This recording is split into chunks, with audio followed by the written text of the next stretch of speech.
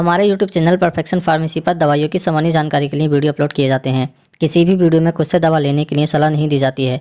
किसी भी प्रकार की दवा खाने या लेने से पहले आप डॉक्टर से सलाह अवश्य लें। यदि कोई भी किसी वीडियो को देखकर दवा लेता है तो वह स्वयं ही किसी प्रकार के नुकसान का जिम्मेदार होगा।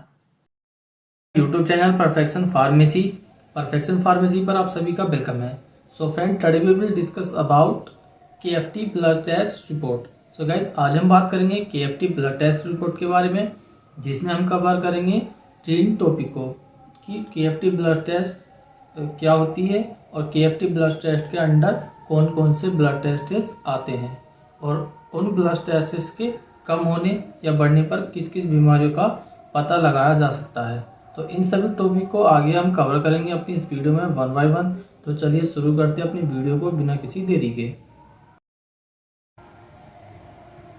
तो सबसे पहला टॉपिक हम कवर करेंगे कि KFT ब्लड टेस्ट रिपोर्ट क्या होती है।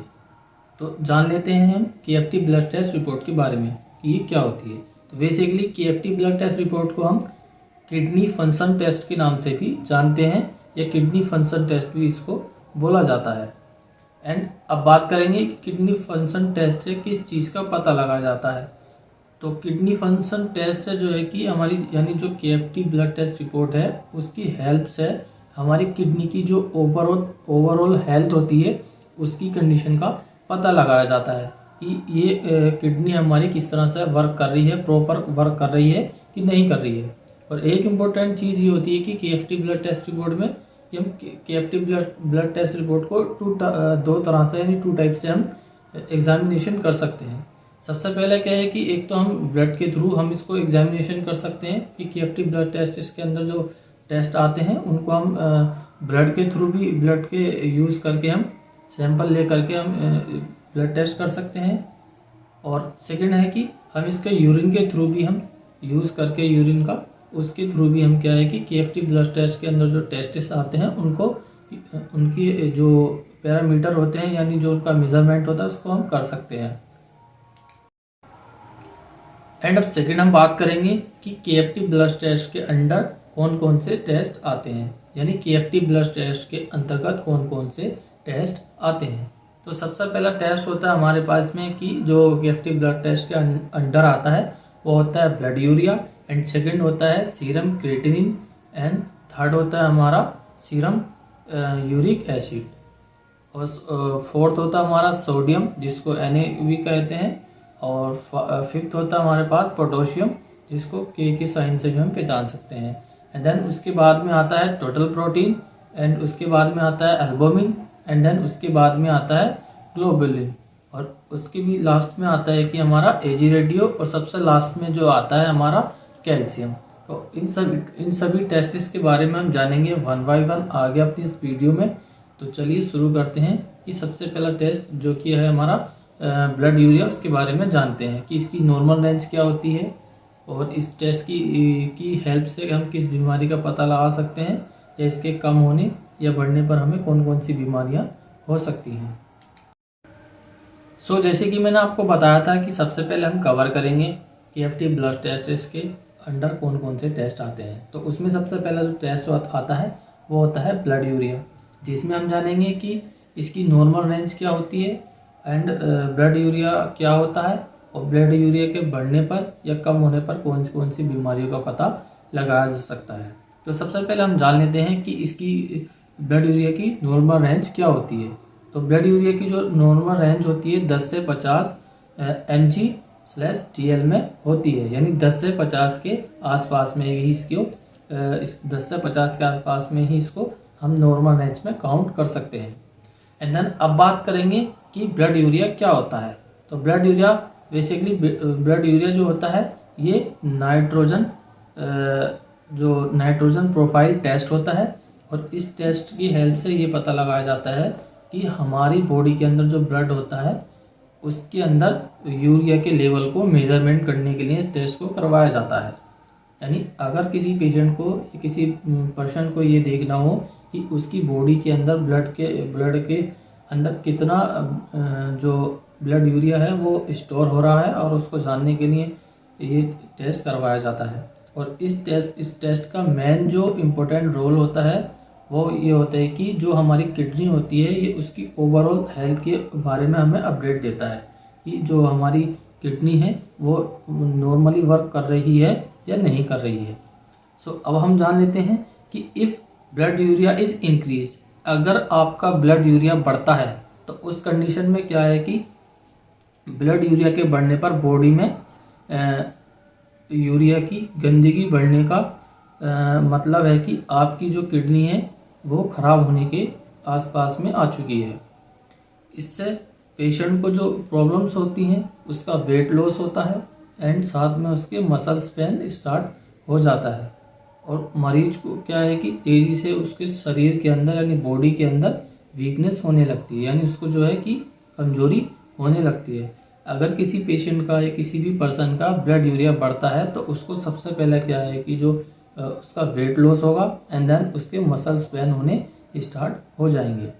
अब बात करेंगे कि ब्लड यूरिया के कम होने पर कौन कौन सी प्रॉब्लम्स या कौन कौन सी डिजीज़ या कौन कौन सी बीमारी हमें हो सकती हैं। अगर ब्लड यूरिया के कम होने पर हमें लीवर डैमेज या लीवर से संबंधित या उधर डिजीज़ भी हमें हो सकती है।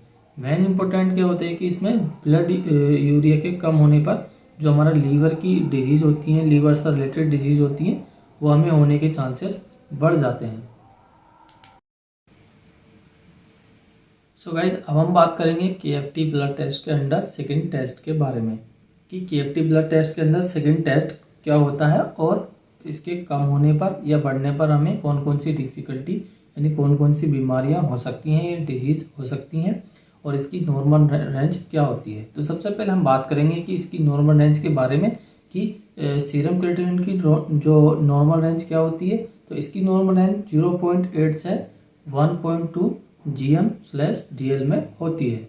इसको हम 0.8 से 1.2 ग्राम DL में हम इसको मेज़र करते हैं। एंड अब बात करेंगे कि सीरम क्रिएटिनिन क्या होती है। तो सीरम क्रिएटिनिन को बेसिकली हम ब्लड में क्रिएटिनिन के लेवल को मेज़र करने के लिए इस टेस्ट को किया जाता है और इस टेस्ट की हेल्प से हम गुर्दे की ओवरऑल हेल्थ के बारे में पता लगाते हैं। यानी अगर किसी पेशेंट को गुर्दे की जांच और करवानी हो तो हम कह सकते हैं कि उसको क्रिएटिनिन करवा के अपने गुर्दे की जांच के बारे में पता लगाया जा सकता है। सो अब बात करेंगे हम क्रिएटिनिन के इंक्रीज होने पर कौन कौन सी डिफ़िकल्टी या बीमारीज हमें हो सकती हैं। यानी अगर आपकी बॉडी के अंदर सीरम क्रिएटिनिन बढ़ता है तो उस कंडीशन में क्या है कि आपकी होल बॉडी पर यानी पूरी बॉडी पर आपको इचिंग खुजली भी हो सकती है और साथ में क्या है कि आपके ब्लड के अंदर कुछ न्यू कंपोनेंट बनने लगते हैं जिससे क्या है कि आपकी स्किन खराब होने लगती है और आपको क्या है कि इचिंग होने लगती है यानी खुजली होने लगती है, दाने जैसी प्रॉब्लम्स दाने बनने लगते हैं बॉडी के अंदर और इसी जिससे रिलेटेड काफ़ी सारी बीमारी से संबंधित हो सकती हैं। अब बात करेंगे कि अगर आपकी बॉडी के अंदर सीरम क्रिएटिनिन डिक्रीज होता है यानी कम होने पर क्या कौन कौन सी दिक्कत होने लगती है। तो सीरम क्रिएटिनिन के कम होने पर क्या है कि आपको मसल स्पेन और बेहोशी भी हो सकती है और क्रिएटिनिन का लेवल कम होने पर क्या है कि लीवर मसल्स एंड डाइट पर काफ़ी असर देखा जा सकता है। सो गाइस अब हम बात करेंगे KFT ब्लड टेस्ट के अंदर जो टेस्ट आता है वो होता है थर्ड टेस्ट जिसका नाम है सीरम यूरिक एसिड। अब बात करेंगे हम सीरम यूरिक एसिड के बारे में जिसमें हम जानेंगे कि सीरम यूरिक एसिड की नॉर्मल रेंज क्या होती है एंड देन उसके बाद जानेंगे कि सीरम यूरिक एसिड क्या होता है एंड उसके बाद जानेंगे हम कि सीरम यूरिक एसिड के बढ़ने पर कौन कौन सी बीमारियां हो सकती हैं एंड देन उसके बाद जानेंगे हम कि सीरम यूरिक एसिड के कम होने पर हमें कौन कौन सी बीमारियों का सामना करना पड़ सकता है। तो सबसे पहले हम जान लेते हैं सीरम यूरिक एसिड के नॉर्मल रेंज के बारे में कि इसकी नॉर्मल रेंज क्या होती है। तो सीरम यूरिक एसिड की जो नॉर्मल रेंज होती है 3.5 से 7.2 मिलीग्राम DL में होती है यानी 3.5 to 7.2 mg DL में हम इसको मेजर कर सकते हैं। अब बात करेंगे कि सीरम यूरिक एसिड क्या होती है। तो सीरम यूरिक एसिड क्या है कि ब्लड में पाए जाने वाला एक केमिकल सब्सटेंस होता है और इसका प्रोडक्शन जो होता है हमारी प्योरीन के द्वारा होता है। जैसे कि प्योरीन के द्वारा होता है, जैसे कि गोभी होती है, मशरूम होती है, मीट मछली होता है, ये इन सभी से हमारी बॉडी के अंदर ये प्योरीन बनता है, जिस कारण क्या है कि हमारा यूरिक एसिड बनता है बॉडी। अब हम बात करेंगे कि सीरम यूरिक एसिड के बढ़ने पर हमें कौन कौन सी डिफ़िकल्टी हो सकती हैं। तो क्या है कि बॉडी में यूरिक एसिड के लेवल के बढ़ने पर हमें क्या है कि जोड़ों में दर्द होने लगता है, सूजन होने लगती है, गाउट, साथ साथ ही क्या है कि पेशेंट को गाउट भी होने के चांसेस बढ़ जाते हैं। जैसे कि गठिया का होना, गाउट का होना, सूजन का बढ़ना, इन जैसी प्रॉब्लम्स से संबंधित और भी प्रॉब्लम्स आपको या बीमारीज आपको हो सकती हैं। इसके अलावा ये किडनी पर भी काफ़ी इफ़ेक्ट डालती है। यानी अगर यूरिक एसिड का लेवल बढ़ता है तो उस कंडीशन में क्या है कि आपकी जो किडनी होती है उस पर ये काफ़ी इफ़ेक्ट डाल सकती है। एंड देन अब जानेंगे हम कि यूरिक एसिड के कम होने पर हमें कौन कौन सी डिफ़िकल्टी हो सकती है। तो यूरिक एसिड के कम होने पर क्या है कि लीवर सिरोसिस या दिमागी सामान्य जैसे भूलने की बीमारी हो गई, मान लीजिए जैसे कि भूलने की बीमारी होती है, पार्किंसंस होती है, और क्या है कि वेन्स में दर्द होने लगता है, यानी जो आपकी नसें हैं उसके अंदर दर्द होने लगता है। भूलने की बीमारी भी बढ़ सकती है और साथ ही साथ क्या है कि पार्किंसंस की बीमारी भी आपको हो सकती है अगर यूरिक एसिड के कम आपकी बॉडी के अंदर यूरिक एसिड कम होता है तो। और साथ ही साथ क्या है कि यूरिक एसिड के लो होने की वजह से किडनी डैमेज होने का भी खतरा बढ़ जाता है। अगर किसी का यूरिक एसिड का जो लेवल है अगर वो डिक्रीज़ होता है यानी कम होता है तो उस कंडीशन में क्या है कि उसकी जो किडनी होती है वो डैमेज होने के चांसेस भी उसके बढ़ जाते हैं। सो गाइज अब हम बात करेंगे KFT ब्लड टेस्ट के फोर्थ टेस्ट के बारे में, जिसका नाम है सोडियम। अब हम जानेंगे सोडियम के बारे में कि सोडियम क्या होता है, सोडियम की नॉर्मल रेंज क्या होती है, सोडियम के कम होने या सोडियम के बढ़ने पर हमें कौन कौन सी बीमारी इसके बारे में पता कर सकते हैं या लगाया जा सकता है। तो सबसे पहले हम जानेंगे कि सोडियम की नॉर्मल रेंज क्या होती है। तो सोडियम की जो नॉर्मल रेंज होती है वो 135 टू 155 mm मोल DL में होती है, यानी 135 से 135.0 से 155.0 तक होती है। अब जानेंगे हम कि सोडियम टेस्ट क्या होता है। तो बेसिकली क्या है कि सोडियम हमारी बॉडी के लिए बहुत ज़रूरी होता है और ये हमारे जो ब्लड के अंदर बॉडी के अंदर ब्लड प्रेशर होता है ये उसको रेगुलेट करने में हमें हेल्प करता है। सोडियम क्या है कि मसल्स को पूरी तरह वर्क करने के लिए बूस्ट करता है और शरीर में सोडियम की कमी होने पर हमें बहुत सारी प्रॉब्लम्स की फेस करनी पड़ सकती हैं या फेस हो सकती हैं। अब बात करेंगे अगर आपकी बॉडी के अंदर सोडियम बढ़ता है तो उस कंडीशन में आपको कौन कौन सी प्रॉब्लम्स हो सकती हैं या आपको कौन कौन सी बीमारी भी हो सकती हैं। तो क्या हम बात कर लेते हैं कि सोडियम के इंक्रीज होने पर हमें कौन कौन सी बीमारियां हो सकती हैं। तो सोडियम के बढ़ने पर हमारी बॉडी में क्या है कि बहुत सी प्रॉब्लम्स हो सकती हैं, जैसे कि BP का बढ़ना, सर दर्द होना और खाने से डिहाइड्रेशन की प्रॉब्लम्स भी प्रोड्यूस हो सकती हैं जो कि हेडेक का कारण बनती हैं। अब बात करेंगे हम कि if sodium level is decrease, अगर आपका सोडियम का लेवल कम होता है तो उस कंडीशन में क्या है कि हमारी बॉडी में हमेशा हेडेक रहेगा, वीकनेस रहेगी और इरिटेशन टाइप की भी देखी जा सकती है और भूलने की समस्या भी साथ ही साथ उसके बढ़ जाती है।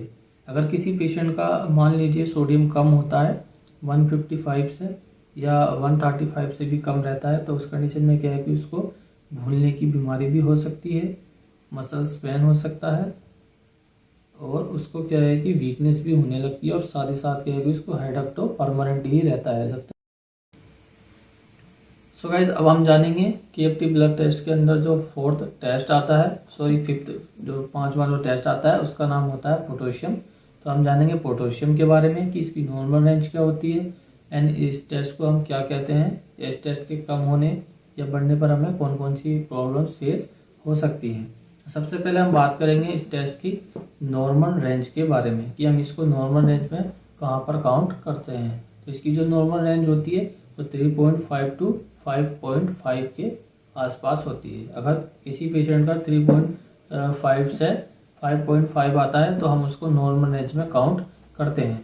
अब हम जानेंगे कि पोटेशियम टेस्ट क्या होता है। तो बेसिकली पोटेशियम जो होता है एक मिनरल्स होता है, यानी खनिज सब्सटेंस होता है जो कि बॉडी के कई इम्पोर्टेंस जो हमारे वर्क होते हैं उनके लिए एसेंशियल होता है, यानी जो उनके लिए क्या है कि ये बहुत ज़रूरी होता है। इसके कम होने या बढ़ने पर हमें बहुत सी प्रॉब्लम्स फेस हो।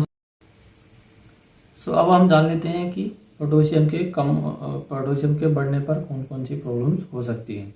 तो पोटेशियम के बढ़ने पर क्या है कि पोटेशियम ब्लड से निकलकर यानी सेल से निकलकर तेज़ी से ब्लड में जाता है, जिससे क्या है कि हमारी किडनी पर बहुत ही इफ़ेक्ट पड़ता है।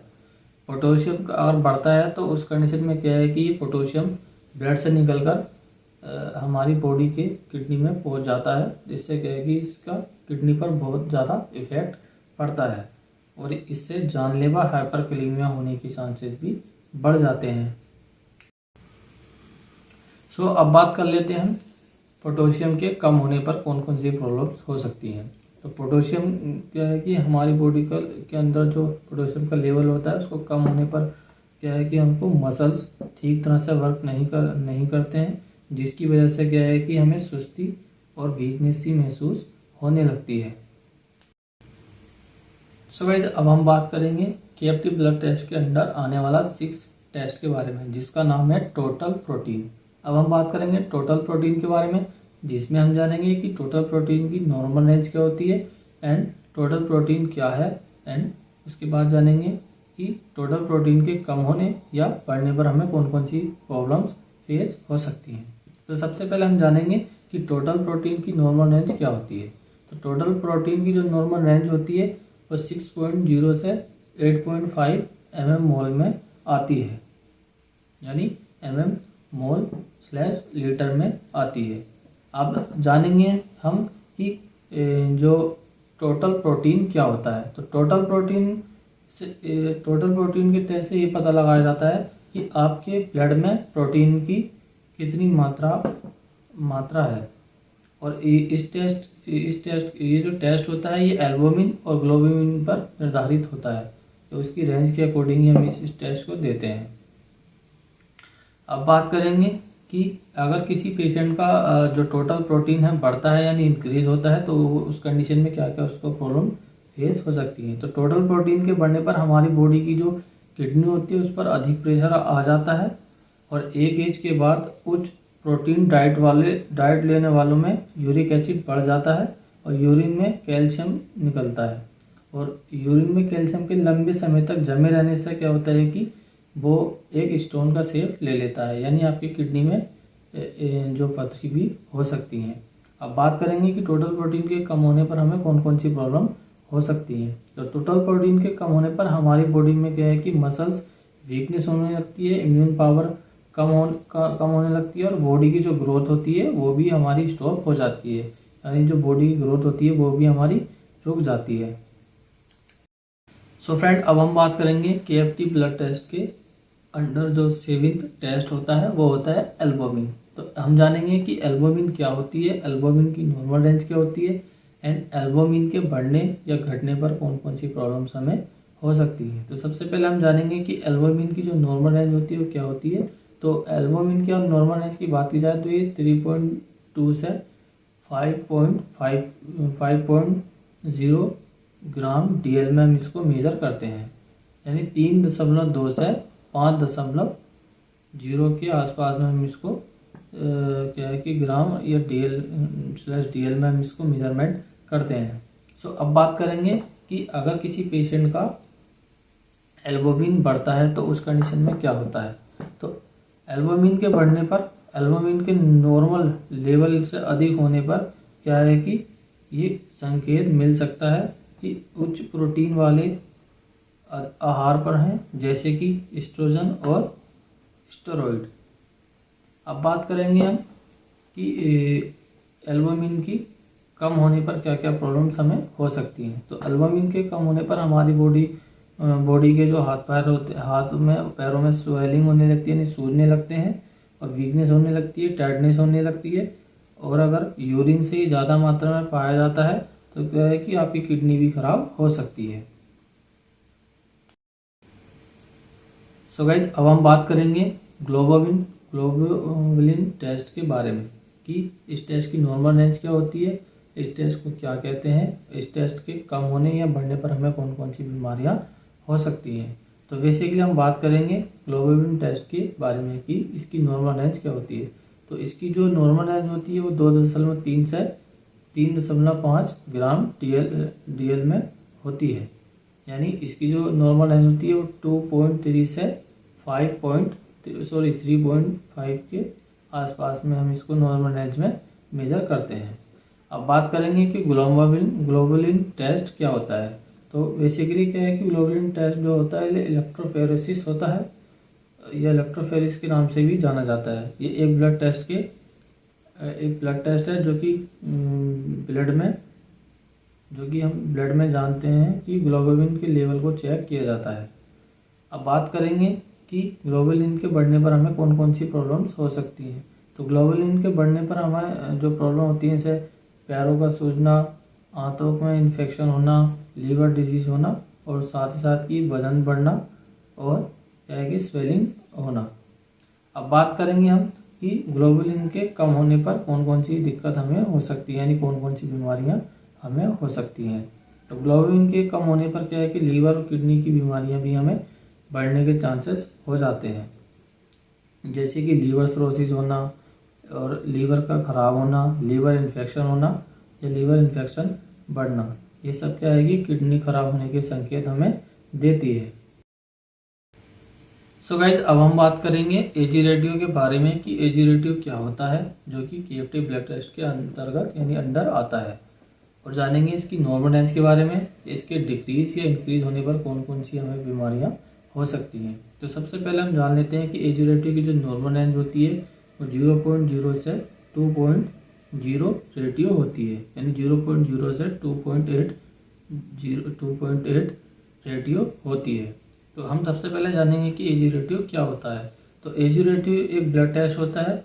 ये टेस्ट तब किया जाता है जबकि आपकी लीवर या किडनी की बीमारी फिक्स हो या किडनी की बीमारी आपको रहती हो।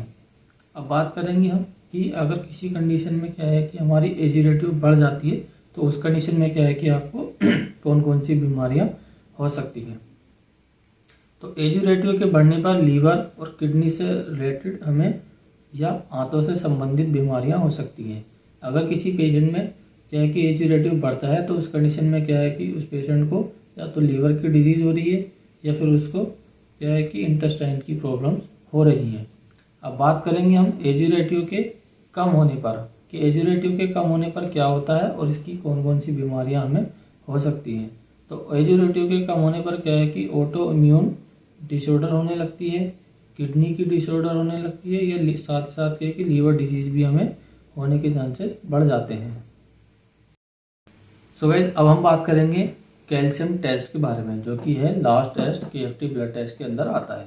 तो इसमें जानेंगे कि कैल्शियम टेस्ट क्या होता है, कैल्शियम के कम होने या बढ़ने पर हमें कौन कौन सी प्रॉब्लम्स हो सकती है। तो सबसे पहले हम जानेंगे कि कैल्शियम की नॉर्मल रेंज के बारे में। तो इसकी जो नॉर्मल रेंज होती है 8.5 से 10.4 mg/dl में इसको मेजर करते हैं, यानी 8.5 से 10.4 mg/dl में हम इसको काउंट कर सकते हैं। अब जानेंगे हम कि कैल्शियम क्या होता है। कैल्शियम क्या होता है कि एक केमिकल सब्सटेंस होता है जो कि हमारी बॉडी के लिए बहुत ही ज़्यादा इसेंशियल यानी बहुत ज़्यादा ज़रूरी होता है।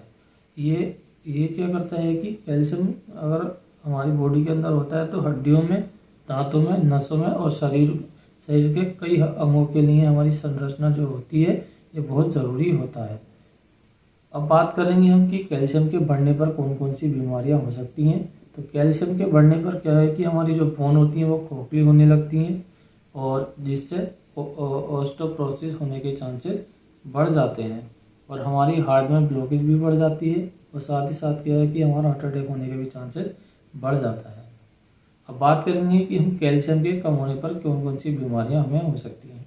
तो कैल्शियम के कम होने पर क्या है कि हमारी बॉडी के अंदर जो बोन्स होती हैं यानी जो हड्डियाँ होती हैं उनके अंदर दर्द होने लगता है, तीत यानी दांतों में दांत खराब होने लगते हैं, कमज़ोर होने लगते हैं और क्या है कि नाखून टूटना, नसों का खिंचाव आना। तो इन सभी टॉपिक को हम कवर करते हैं कैल्शियम के साथ में। तो अगर आपको मेडिसिन से रिलेटेड किसी भी टॉपिक पर वीडियो चाहिए तो आप हमें कमेंट सेक्शन में ज़रूर बताएं।